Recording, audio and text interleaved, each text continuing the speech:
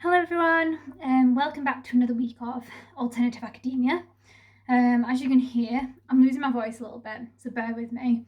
I'm also in a different room in my house. I don't know if this is going to become a regular thing where I decide to stand in different places, but I was stood here today because I was trying to do some singing, because I sing, for those of you who don't know. Probably not a very good idea, my chest hurts like this, but I just felt like doing some singing. So I was stood here doing that, and I liked the lighting, and it's cooler down here than in my office. So I thought I'd come down here. Anyway, this week I wanted to share some of my research findings from my third findings chapter, which is about the individual and role-based expectations of the police in interacting with autistic people. So the first thing that I wanted to talk about was these expectations, namely that police officers involved in the research wanted to tell me about the realities of policing, and that although autistic people were people who they came into contact with a lot, they also had a lot of other things to be thinking about, like their time. Particularly response officers often said that they didn't have enough time to get to know autistic people, whereas PCSOs often did. And along with those realities, as I say, came the things that the police can and can't do. They were very keen to tell me about their limitations, but also what they could do. And going on to that, one of the main things that the police wanted to do, and one of their aims, was to help people. Helping people came up a lot. I think the majority of participants used the word help or helping somewhere in their interviews, and also interestingly in the Police and Crime Commissioner reports from the two local areas that I interviewed, the word help was featured over 15 times in both. Helping to prevent crime, helping victims after crime, and helping to build stronger communities. They're just some examples. So none of them were specific to helping neurodivergent people, but they were in a roundabout way talking about helping people in communities who would include autistic and neurodivergent people. On an individual level then, so as I said, this chapter looks at expectations based on role. So as I said about the response officers, they were featured quite heavily. If you've read my blogs, you'll have seen that response officers were more likely to attend an incident involving an autistic person than a PCSO, often because they were responding to a crisis or a public safety incident, and it was them who needed to attend in an emergency. But I also found that the responsibilities were different for both response officers and PCSOs, and that did impact their ability to support an autistic person.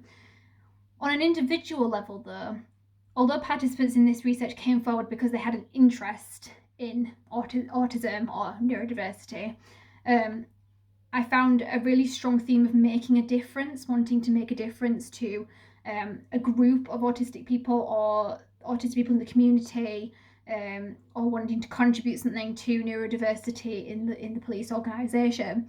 And interestingly, I've just been writing up my final findings chapter, which is on partnership working, and found a very similar theme about making a difference and wanting to improve things, which might suggest, looking at it more negatively, might suggest things aren't good as they are, and therefore things need to improve. I mean, things need to improve all the time, so it might not necessarily be negative.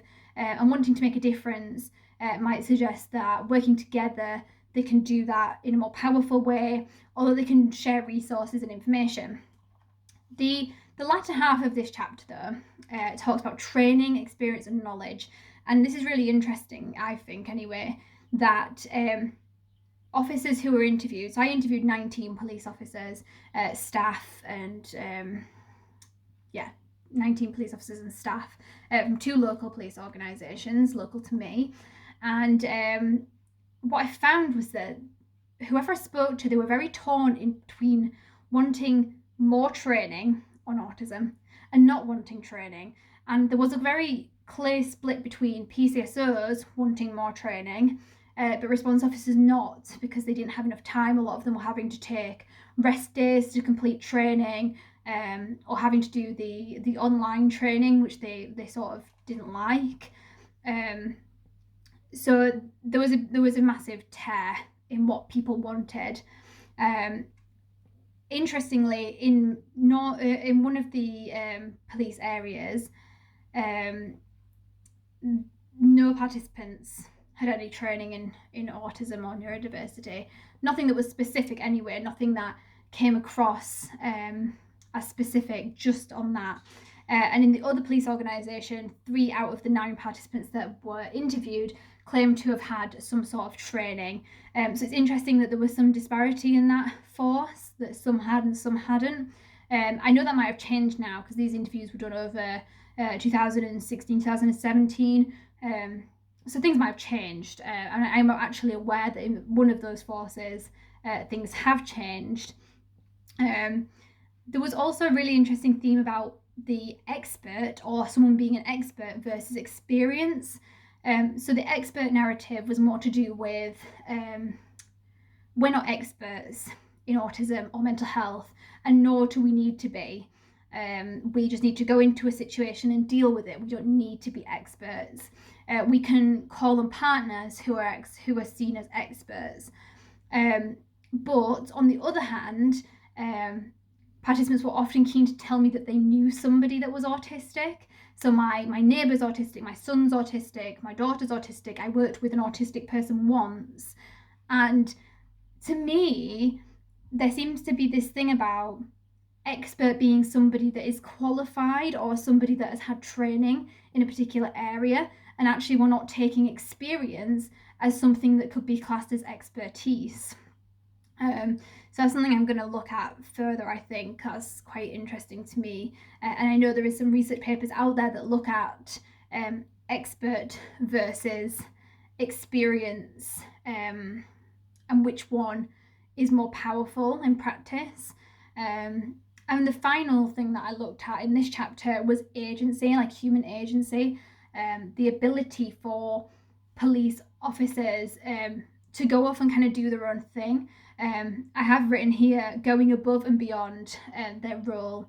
Again, fitting in with this chapter talking about role-based and individual expectations.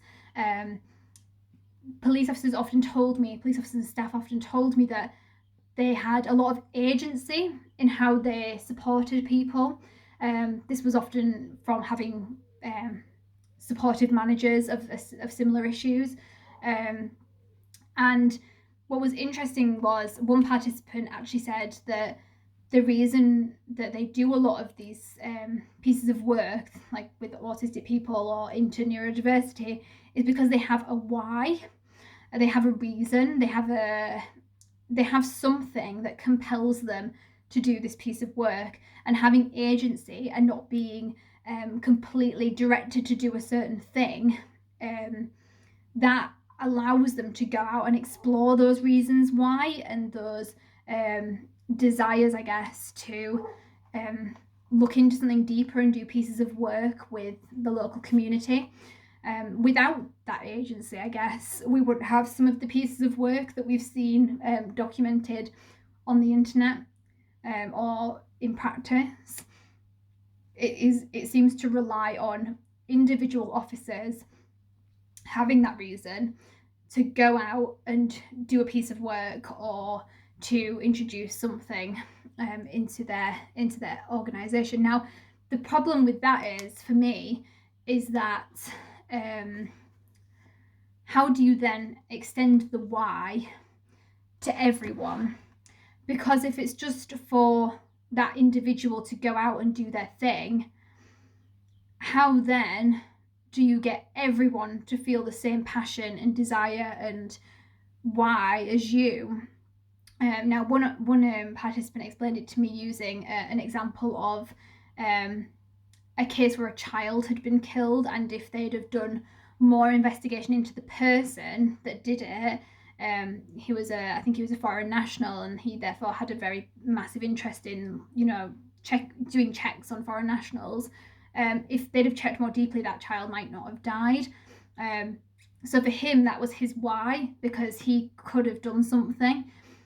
But then he was trying to tell me that when he does training and talks and stuff, he talks about this case, and that should therefore transfer the why. But for me, although that's very sad and that's very concerning, if foreign nationals as a port of investigation doesn't interest me, then how am I going to pick up on that information and take it forward when I've already got so much other things to be thinking about? So thinking about training, how training is implemented, pulling on that individual agency to do something, pulling on those people that have whys moving forward, I think will be something that will be helpful in introducing neurodiversity into police organisations as a cultural shift, as opposed to just tokenistic pieces of work that individual officers are undertaking. I hope that's been interesting. As I say, these are completely unedited, so and I feel a little bit more relaxed from last week, so you'll probably be able to tell that I'm a bit more chilled than I was in my first video. And I hope everyone's keeping well, keeping indoors, and I hope you all have a lovely Easter weekend. Bye.